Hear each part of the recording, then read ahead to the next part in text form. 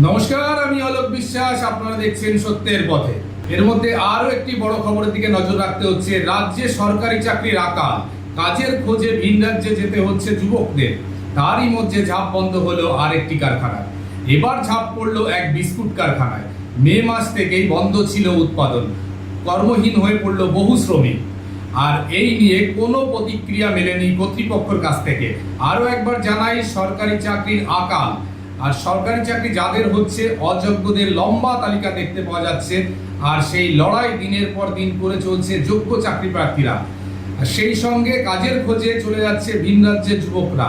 আর সেই দুরাচারের মধ্যেই এক কারখানার ঝাঁপ বন্ধ হয়ে গেল, এক বিস্কুট কারখানার ঝাঁপ বন্ধ হয়ে গেল, কর্মহীন হয়ে পড়ল একাধিক শ্রমিক। রাজ্যের শিল্প মানচিত্রে বিগত প্রায় এক দশক ধরে নতুন কোনো ইন্ডাস্ট্রি, নতুন কোনো কোম্পানি এই রাজ্যে বিনিয়োগ করছে, এই খবর বা এই সম্ভাবনা তেমনটা নেই। অন্যদিকে একের পর এক কারখানা বন্ধ হচ্ছে। সেই তালিকায় নতুন সংযোজন হওয়ার আশঙ্কা দেখা দিয়েছে প্রায় কয়েক দশকের প্রাচীন সুবিখ্যাত একটি বিস্কুট কোম্পানি।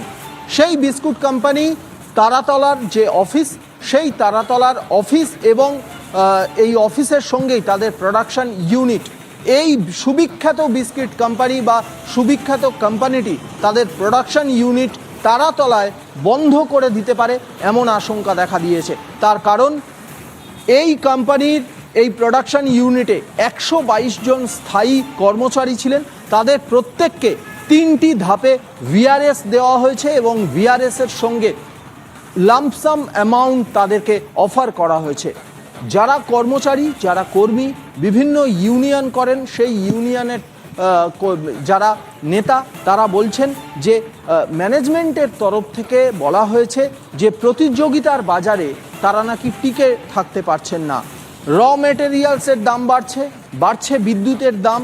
এই যে কোম্পানি, যে জমিটির উপরে তাদের প্রোডাকশন ইউনিট, তাদের রিজিওনাল অফিস, সেই জমির দাম বাড়ছে। সেই জন্যে তারা আপাতত এই প্রোডাকশন ইউনিটটি বন্ধ করে দিতে চান। এই সুবিখ্যাত কোম্পানিটি যদি বন্ধ হয়ে যায়, সেখানে কি রাজ্য সরকারের কিছুই করার নেই? রাজ্য সরকারের শিল্প নীতি সেক্ষেত্রে কি ভুল? সেই জন্যেই এই ধরনের কোম্পানিগুলো কোনো উপায় না দেখে তাদের প্রোডাকশন ইউনিট বন্ধ করে দিচ্ছে। প্রতিযোগিতার বাজারে নাকি টিকে থাকতে পারছে না, তাই জন্য এই সিদ্ধান্ত। এদিকে চাকরিহারা হলেন বহু শ্রমিক, বহু স্থায়ী শ্রমিক। এই বিষয়ে নিয়ে রাজনৈতিক মহলের কি বক্তব্য আপনাদের শোনাবো। দরজার তালা খুলতে হয়, তাহলে তৃণমূলের দরজায় তালা লাগাতে হবে। তৃণমূলকে ক্ষমতায় রেখে পশ্চিমবঙ্গে শিল্পায়ন সম্ভব। বড় বড় সব কলকারখানা বন্ধ হয়ে গেছে শুধুমাত্র তোলাবাজির জন্য। আর ঘটা করে উনি শিল্প সম্মেলন করেন। এই রাজ্য থেকে 1 কোটির বেশি পরিযায়ী শ্রমিক, একেবারে আনস্কিল লেবার থেকে সুপার স্কিল, সবাইকে রাজ্য ছেড়ে যেতে হচ্ছে। কেন? শিল্প নীতি টিতি কিছু নেই, এখানে একটাই নীতি আছে, তোলাবাজির নীতি। দেখলেন না, অত বড় কোম্পানি আইএফবি শুধুমাত্র তোলাবাজি দেয়নি, তার জন্য গিয়ে কারখানা ভাঙচুর করে দিয়ে চলে আসলো ওখানকার এমপির নির্দেশে। ওখানকার সবচেয়ে বড় মস্তান মাফিয়া কিছু হলো?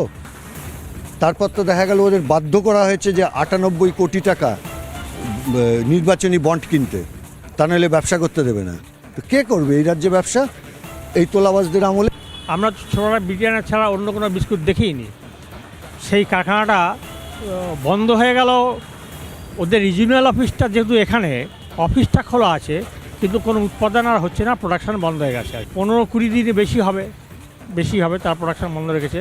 এবং শ্রমিকদের জন্য ওরা ভিআরএস স্কিম নিয়ে এসছে। সেই ভিআরএস স্কিম নিয়ে শ্রমিকরা সবাই চলে গেছে। 122 জন স্থায়ী শ্রমিক ছিল, 122 জন শ্রমিক তারা ভিআরএস নিয়ে চলে গেছে। এই মমতা বন্দ্যোপাধ্যায় মুখ্যমন্ত্রী এই আমলে কলকাতা বন্দরে 13টা কারখানা বন্ধ হয়ে গেছে। 13টায় ব্রিটানিয়াকে নিয়ে 13টা কারখানা বন্ধ হয়ে গেল। নতুন কোনো শিল্প আসছে না, নতুন কোনো কারখানা হচ্ছে না। অন্ধকার, ভবিষ্যৎ যুবকদের অন্ধকার। আমাদের তো অনেকে বলে যে কলকাতা তো বৃদ্ধাশ্রম হয়ে যাচ্ছে, নতুন করে চাকরির সুযোগ নেই।